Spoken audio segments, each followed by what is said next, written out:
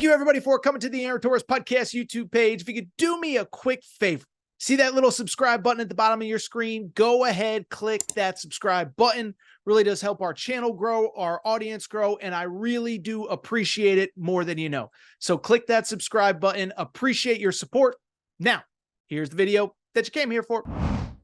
As this game went final, I just saw some insane takes on Oklahoma that I just fundamentally disagree with. Okay. Oklahoma loses 25-15. I know it wasn't close.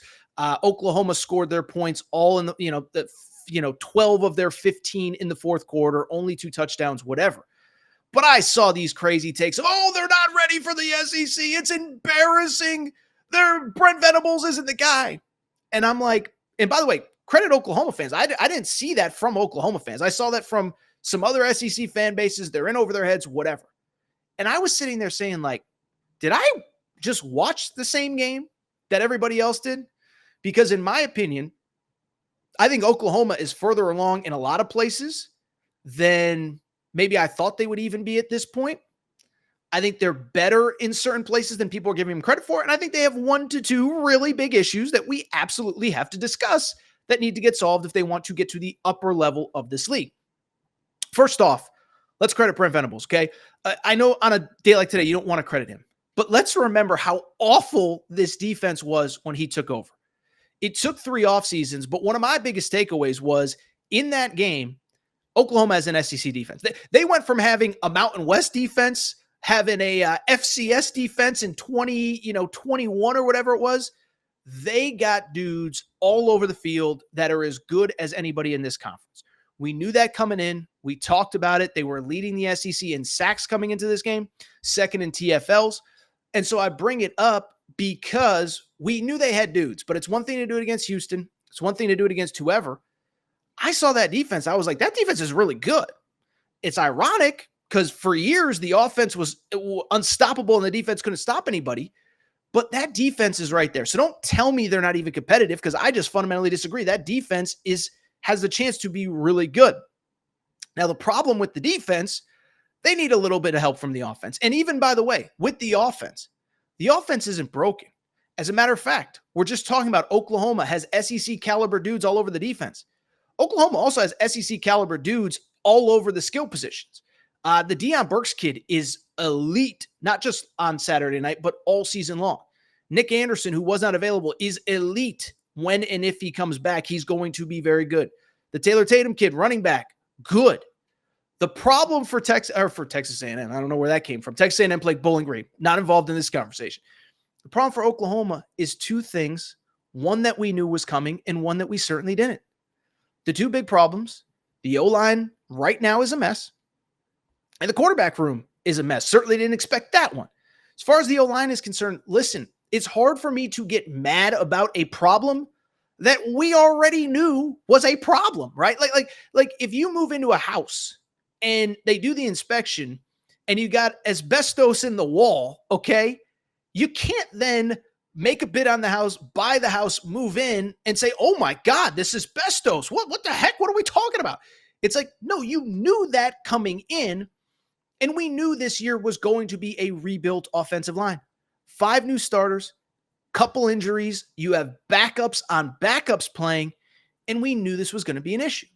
Now, what we didn't know was what the heck was going on with the quarterback room.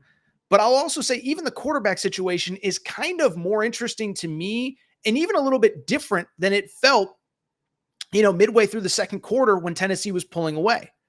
Because to me, if this game, let's just say hypothetically, had ended in the third quarter, there's rain, thunder, lightning, they have to call off the game in the third quarter.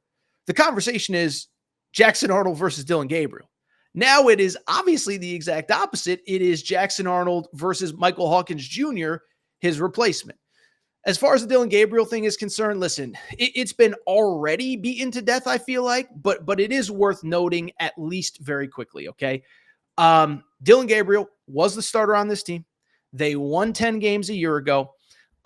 And it was kind of the quintessential NIL portal era problem. Dylan Gabriel didn't get the draft feedback that he wanted, decided he wanted to play another year of college football.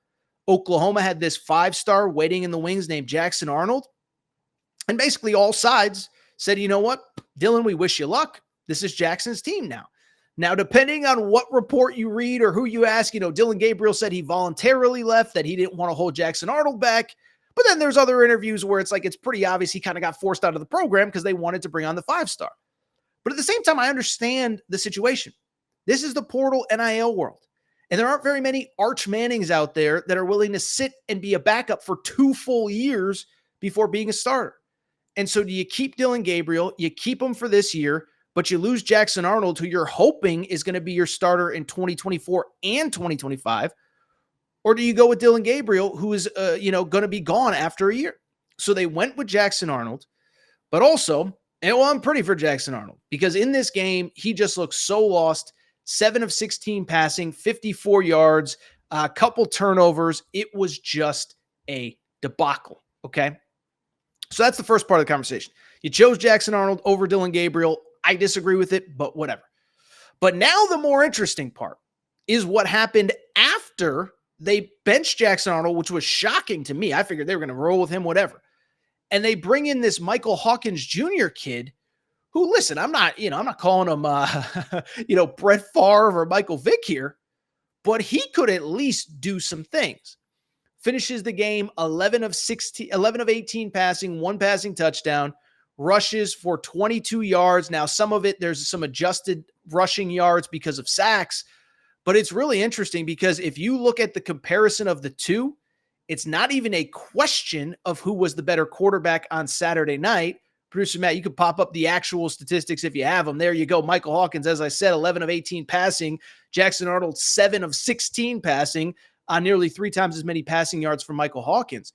But what's more interesting is, to me, what Brent Venables does next.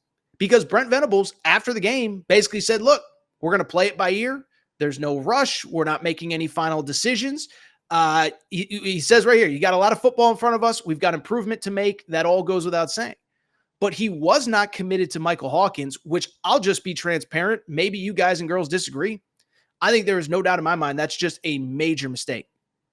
Because I look at this team, first of all, there's just a couple reasons that I would go with Michael Hawkins. I don't agree that Jackson Arnold should just have the job because he's a 5-star. Wasn't better than Dylan Gabriel last year. Wasn't better than Michael Hawkins, at least on Saturday. And so when I look at the situation in Oklahoma, I know Venables was non-committal. I think it's actually a no-brainer. I think you got to go with Michael Hawkins for 2 reasons. One, when you have a shaky O-line, listen, I'm not Nick Saban, okay? I'm not Kirby Smart, not Josh Heupel. But when you have a shaky O-line, what is the best thing you can have at the quarterback situation? A dude that can make plays with his legs. Venables talked about that after the game, made some plays outside of the pocket. So that's one, that's obvious. But 2, you look at the Oklahoma schedule, there are wins to be had on this schedule. Again, this is part of the stuff that I saw people talking about on Saturday night. I'm like, were you guys watching the same game as me? The defense was lights out. Now, you just got to get the offense playing at like a C plus B minus level. You're going to win some games. Listen, you're going to Auburn last week. Sorry, Producer Matt. Producer Matt, our producer, Auburn alum, Auburn grad, was at the Auburn-Arkansas game on Saturday. We'll discuss Auburn-Arkansas at the end of the show, or later in the show, I should say. But Auburn is a very winnable game if you get B-minus quarterback play from your quarterback. That's all you need, not A+. With that defense, you just need B-minus quarterback play. By the way, you have Maine on the schedule later in the year. But look at everybody else on this schedule. I'm sorry, LSU doesn't look invincible. UCLA had them on the ropes in that game. It was tied at halftime. LSU is not invincible. Missouri almost lost at home to Vanderbilt. So all those losses, all those games that look like potential losses, now they can be potential wins. But I don't think you have to go back to Jackson. Like, I'm sorry. If he's a 5-star and you spent a bunch of money on NIL with him, this is the game that we play. This is the world that we live in. And if the other guy is better, you got to play him. I think, to me, it's a no-brainer. I'm fascinated to see what Brent Venables does. But I would also say I don't think this Oklahoma thing is as off the rails as people think. Defense is special. Skill position guys are really good. O-line isn't good, and you have to coach around that. And so we'll see what happens. It's Sunday night. Maybe by the time you listen to this, something will have happened. But in my opinion, I think it's a no-brainer. I think you start Michael Hawkins.